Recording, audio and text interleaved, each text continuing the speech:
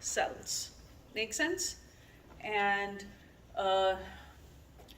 carbon and is captured by plants from the air. Okay? And oxygen and hydrogen, they both are derived from where? From water, right? So there are also these additional elements called nitrogen and phosphorus, which make up your biomolecules. Like nitrogen is essential for the amino acid. And what is an amino acid? The building block, the monomer for the proteins. Make sense? So nitrogen is needed for that, and phosphorus is needed for the nucleic acids. The nucleotide is made up of a phosphate molecule, which is phosphorus. So that's how all these these are your essential elements that you need, and they are part of your, in some or the other way, they are part of your lipids or sugars or proteins or nucleic acids in the cell. So we derive all these elements, how? By eating these macromolecules. Okay, let's see, we eat meat, so we are deriving protein, right?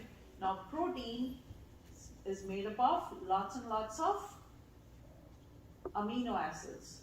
Now each amino acid is made up of an amino group and a carboxyl group. Okay, so that amino group is NH2. N is your nitrogen. So that's how we derive nitrogen, by eating these proteins. Okay, that's what we mean here, nitrogen. And then we, if we eat, let's say, a strawberry, we are deriving the phosphate from the DNA of the strawberry, right? Because when we consume strawberry, in each cell you have the DNA, and the DNA of any organism has the phosphate molecule in it. I just showed you the picture of the double helical coil, how each is a nucleotide. Make sense? How each of the DNA molecule is made up of many, many nucleotides. It's a polymer. Polymer means, poly means many. Okay, so many units of nucleotide these macromolecules are made up of. So we derive all these elements, okay, by consuming these. That's for the animals. But plants have to extract these elements from the surrounding environment. Okay, so low levels of sodium, of nitrogen and phosphorus will limit the growth, and same way abundance of these is going to be a problem as well. Now let's focus on energy. What is energy? How do we define energy? Energy is movement. Yes, but not just movement all the time. Sometimes we are not moving, but still we possess potential energy. Do you know that? Potential energy is the energy of storage. Kinetic energy, yeah, is the energy of movement. Make sense? So energy is nothing but the capacity to do work. Okay? And that involves a heat transfer between two objects at different temperatures. Okay? This energy cannot be created, nor it can be destroyed. It is always converted from one form to another. Okay? Like it can be, sunlight is converted into the chemical energy. When sunlight is absorbed by the plants, what do plants do? Photosynthesis. Very good. They photosynthesize. So when they photosynthesize, that sunlight gets converted into the chemical energy, which is stored in the glucose molecule, right? Because that's what they make. Plants make glucose or other sugars, starch like potato, right? So that energy is now stored inside the bonds of the glucose molecule, just like these bonds. Okay?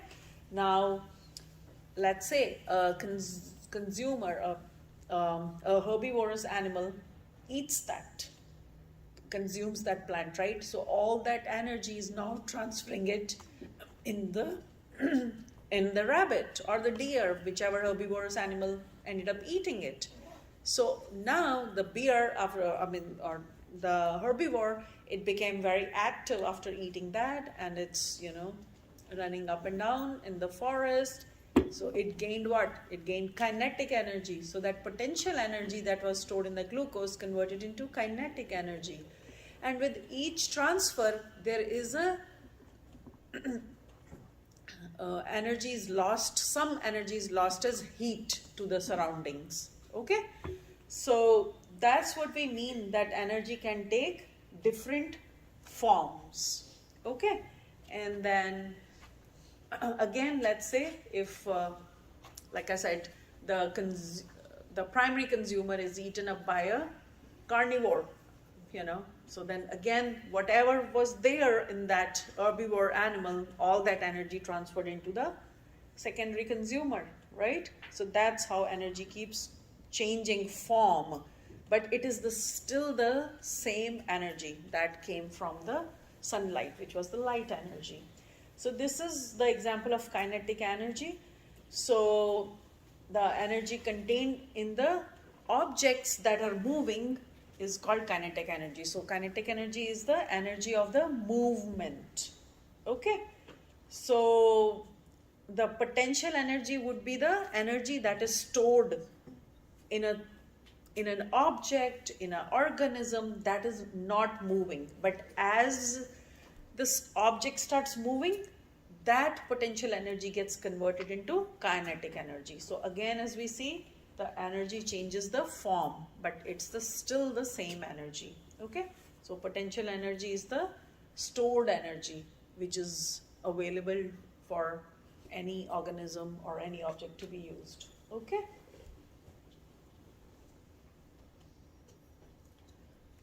So energies, basics of the energy is heat is what? Is the energy that can be transferred between objects at different temperatures. Okay? That's study of thermodynamics deals with how energy is transferred in natural systems. So there are two laws of thermodynamics. One is called first law of thermodynamics, and that is about the conservation of energy. And that's what I was explaining you when I was saying that energy can neither be created nor it can be destroyed. It is always getting conserved. It's just changing the form. Okay? So it's the same sunlight energy that got converted from one organism to another, right? It only changed the form, but it itself was neither created nor it was destroyed. Make sense? And then second law of thermodynamics states that with each energy transfer, okay, the system, this energy is available to do work. Okay? And the second law also says that with each energy transfer in a system, the disorder increases. Okay? Disorder is also called entropy. Okay? That's what it says. Entropy means disorder. Okay? With each energy in any system. Now, like I pretty much explained this, how the energy for life, how does it transforms from one source to another. Sun is the ultimate source of energy. It is, again, sort of repeating the same thing. The plants convert that into the glucose or the sugars, and primary producers create it, and then primary consumers eat it, and that's how the energy gets transferred from one form to another. Green plants get energy from the sun, and they perform the process of photosynthesis. Photosynthesis occurs in tiny organelles. Do you know the name of those organelles in which photosynthesis occurs? They are present only in plants or in some bacteria. What are those called? Chloroplasts. Okay. So chloroplasts have a green pigment present in them, and that green pigment is called chlorophyll. That's why plants appear green in color, because of the presence of chlorophyll. So this chlorophyll is a unique green pigment, and photosynthesis has two cycles. They are called light dependent and light independent reactions. Light independent is also called a Calvin cycle. Okay, so as a result of these two reactions, the chlorophyll plays important role during the light dependent reaction. That's when the sunlight from the sun hits the chlorophyll, and chlorophyll molecule gets excited and it jumps to the next level. So there is a lot of other dynamics involved in that, but finally the light dependent reactions produce ADP and NADPH, which are the materials that are used in the light independent reaction, and as a result of the light independent reaction, glucose is formed and carbon dioxide is also produced, and those are the products that we use from the photosynthesis. We all living organisms produce. So that's the equation for the photosynthesis. Now photosynthesis produces the energy-rich molecule, which fuels all the living organisms, right? We all consume that glucose or those sugars or other things that are created by photosynthesis. Now, energy in the chemical bonds is released from the glucose by the process called cellular respiration. So cellular respiration, the equation is right here in front of you, and it is the opposite of the photosynthesis. It's the exact opposite. Okay. In photosynthesis, glucose and oxygen is produced. So those are the products of photosynthesis. But in this case, glucose and oxygen, they are the reactants of the cellular respiration. So it's just the other way around. And water and carbon dioxide is produced. Make sense? And lots of energy is produced. That's why when you eat, guys, whenever you eat, that glucose is, or whatever you have eaten, is broken down in the presence of oxygen. You breathe in oxygen, right? So that's called aerobic or cellular respiration. Okay, aerobic respiration, oxygen is there.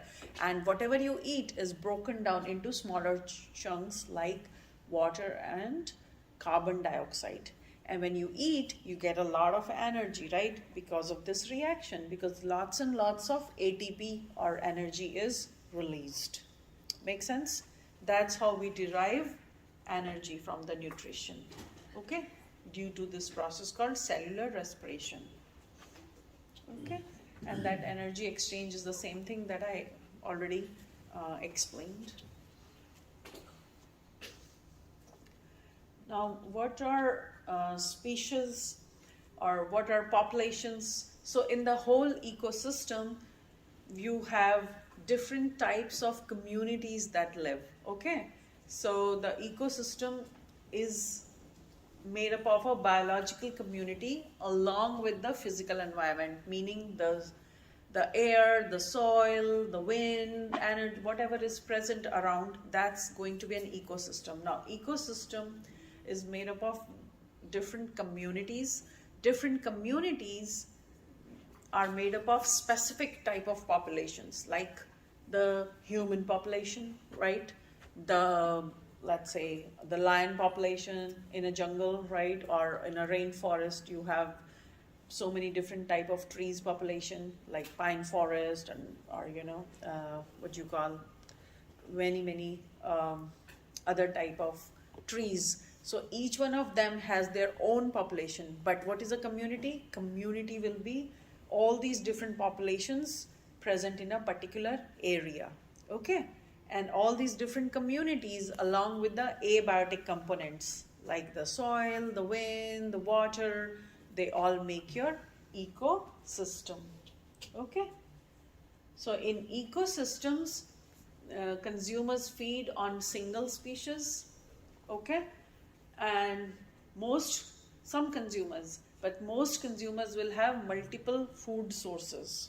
Similarly, some species are, prey to a single kind of a predator. Okay, but at the same time, there can be different types of predators for a single species, right? Like a bunny can be eaten up by a wolf as well as a lion, right? Like that. So in this way, individual food chains become interconnected and they form food web. So what is a food chain? Let's say a food chain is, there is a plant. The plant is eaten up by a deer, and then deer is eaten up by a lion. That's a simple food chain, right? But what is a food web? Let's say there is another animal, wolf, eating the deer, right? That wolf is now, let's say, eaten by the big lion, right? So now it's a food web, because you have so many food chains inside a food web. Make sense? This is an example of food web. So each one of them is arrow is a single food chain, but they all are related, and that forms a food web. Okay? So if you see here, this grass is eaten up by this reindeer, or this, and this one is going to be eaten up by this gazelle. This gazelle will be eaten by a cheetah or a caracal, and then another animal called vulture, tawny, so many different types. Same thing, this one can be eaten up by this, and it can inhabit the bugs. Those bugs can be eaten up by the bunny, and bunny, when it gets body gets decomposed in soil, it will be eaten up by fungi and bacteria, right?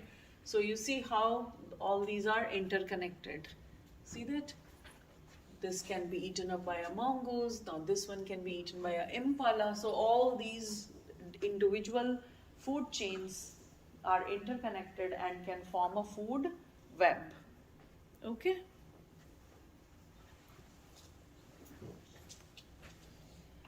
So what is a trophic level? Trophic level is the feeding status of an organism in the ecosystem. So what are primary producers? Primary producers are the ones that can produce their own food. Basically, they can feed themselves by using only sunlight, water, and carbon dioxide. Okay? So in that category, what will be a primary producer? Very good. And primary producers or plants, they are also called autotrophs. Auto means self, troph means food. Those organisms that can make their own foods are called autotrophs. And the exact opposite of autotrophs is heterotrophs. Okay? Heterotrophs means, hetero means different sources of food. So consumers are the ones that cannot produce their own food, but they are dependent on different sources for their food. And that's why they are called consumers, or because they cannot produce, they can only consume the plant's already produced food. Okay? So they are also called heterotrophs. Okay? And other organisms, they will extract the chemical energy that was made by the autotrophs or the primary producers. Okay? Now what are herbivores, carnivores and omnivores? Herbivores are consumers who will eat only plants or herbs, right? Carnivores are the ones that are meat eaters. Okay? And omnivores are those that will eat plants as well as meat or animal. Okay? They are omnivores, like human beings. We are omnivores, right? So at the same time, you have these other categories like scavengers. Scavengers are like vultures, eagles, jackals. They will clean up, they will clean by eating on the dead bodies of the animals, larger animals. Okay, and then you have in the soil, you will have detrivores such as ants and beetles. They will consume litter, dung, debris of the plants, the animals. They are called detrivores. And then in the soil, you have the decomposers. What are decomposers? Bacteria and fungi. So if there is a dead body lying in the soil, you see after a few days, you won't see that dead body anymore if it was lying, because it was worked upon by the bacteria and the fungi, and the whole body was decomposed. Okay, they eat up all the nutrients from it, and then everything else becomes part of the soil. So these decomposers, what do? They basically help in the recycling of the organic material. Okay, how does recycling happen? When the dead body was decomposed, all the nutrients is returned to the soil. Okay, and then in that nutrient rich soil is where now the plants are going to use those nutrients and will flourish, grow and flourish, right? So that's why decomposers are considered recyclers. Okay, so we have ecological pyramids that describe the trophic levels. So if we look at this, in the ecological pyramid, the bottom of the pyramid is 100% producers. They occupy the lowest level, and producers are all of your plants or algae, some blue-green, the green algae also. Okay, they occupy this level at 100%. Then you have the herbivores that occupy the next trophic level, and that 16.1% is your herbivores. At the next level, herbivores are dependent on the producers. Okay, and then decomposers and detrivores are the other 24%. Make sense?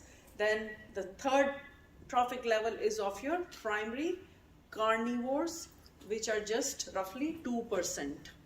Okay, and then the top carnivores are going to be just 0.1%. That's how the trophic levels are described in the pyramids. Now, what are biogeochemical cycles and how do they affect the life processes? So all these elements and compounds that help us sustain, these are basically recycled through the living systems and through the environment. Okay, so on the global scale, this movement is referred to as biogeochemical cycling, and you will see all these are recycled through the environment and into the living organisms. So we have different biogeochemical cycles for hydrogen, for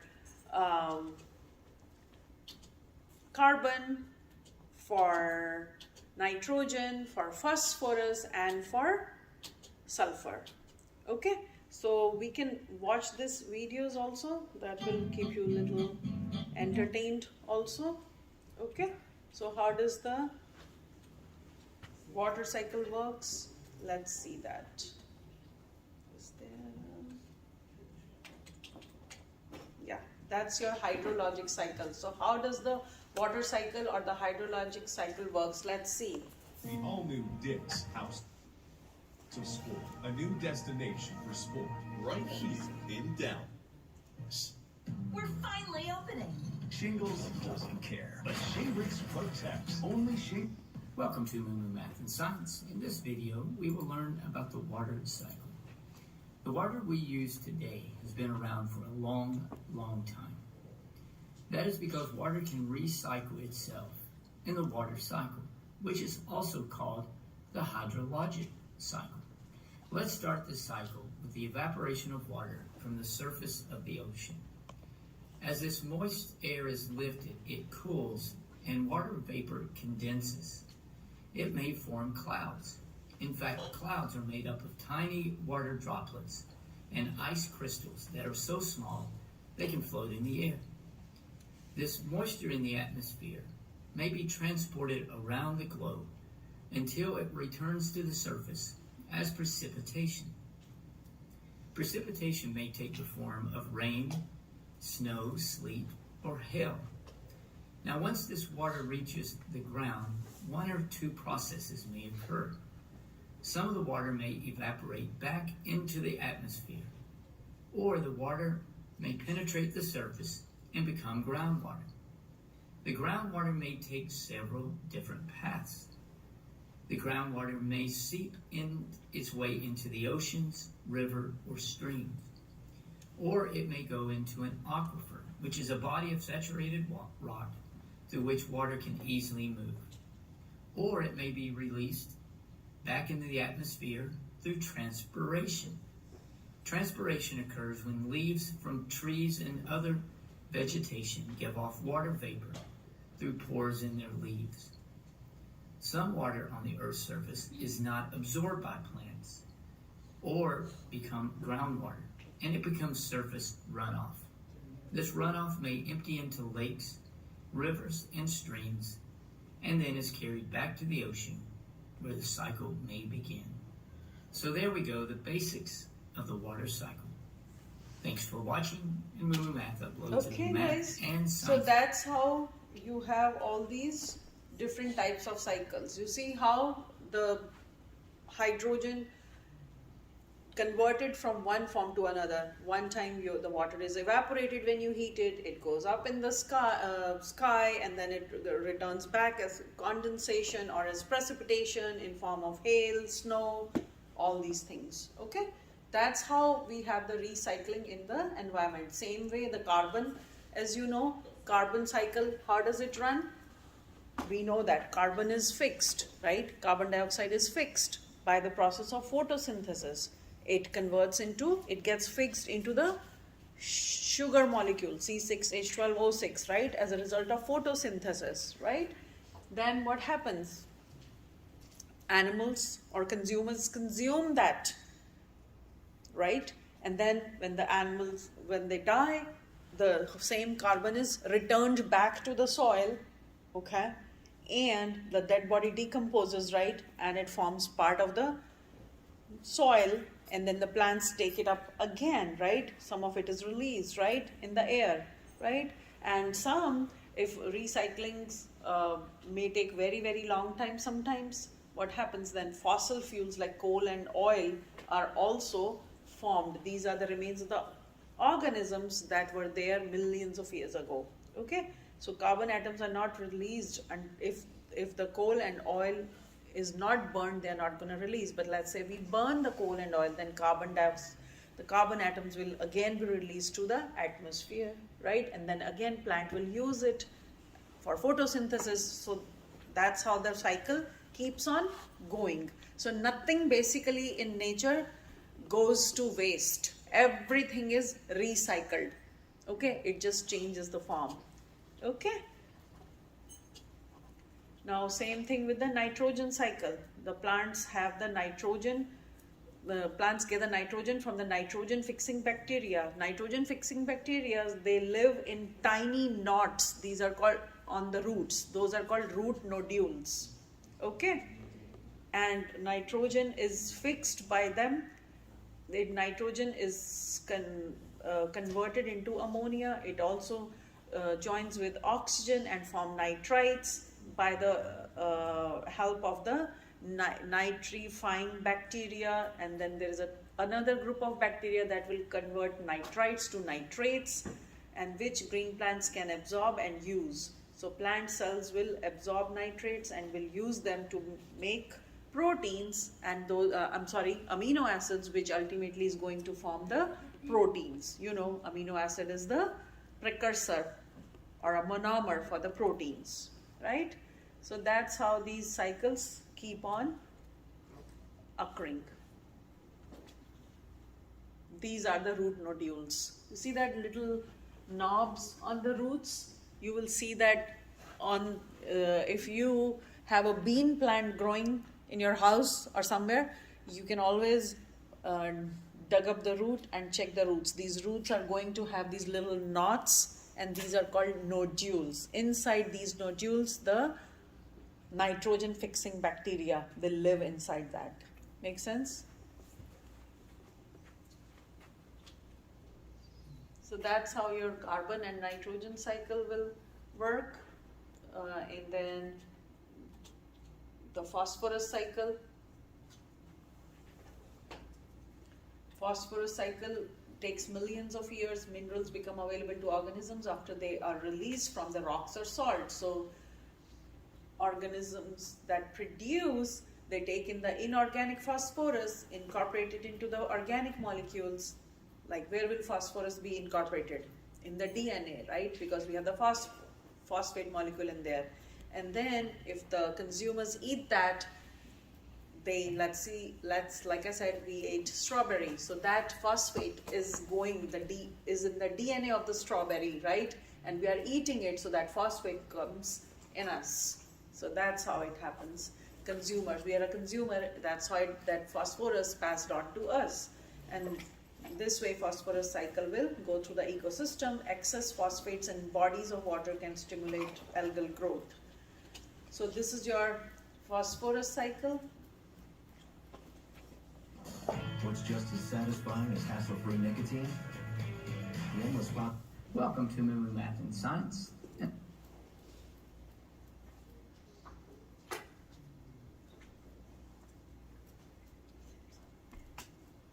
And the phosphorus cycle, along with the water cycle, the carbon cycle, the nitrogen cycle.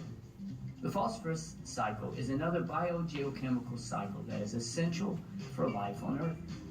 A biogeochemical cycle is a pathway by which a chemical substance moves through a biotic and the abiotic compartments of Earth.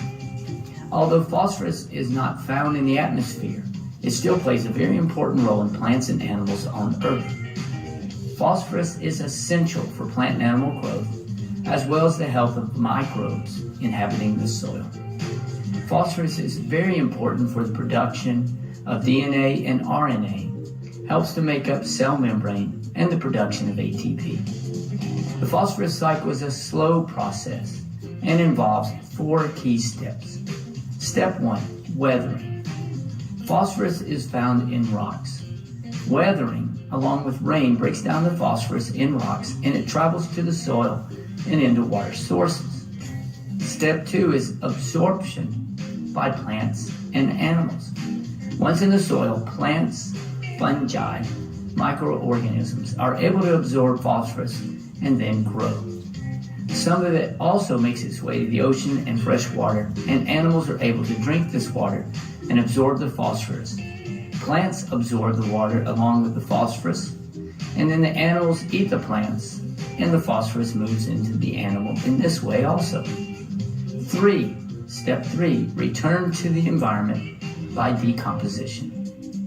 Animals excrete waste, and decomposers are able to use the phosphorus in the waste material. Furthermore, when the plants and animals die, the bacteria convert the organic phosphorus into inorganic phosphorus in a process called mineralization. And then step 4, sediment to rocks. Some of the phosphorus gets buried in sediment, which over time becomes rocks, and the cycle continues. Some of the phosphorus in the soil gets washed to the ocean, where a similar process takes place.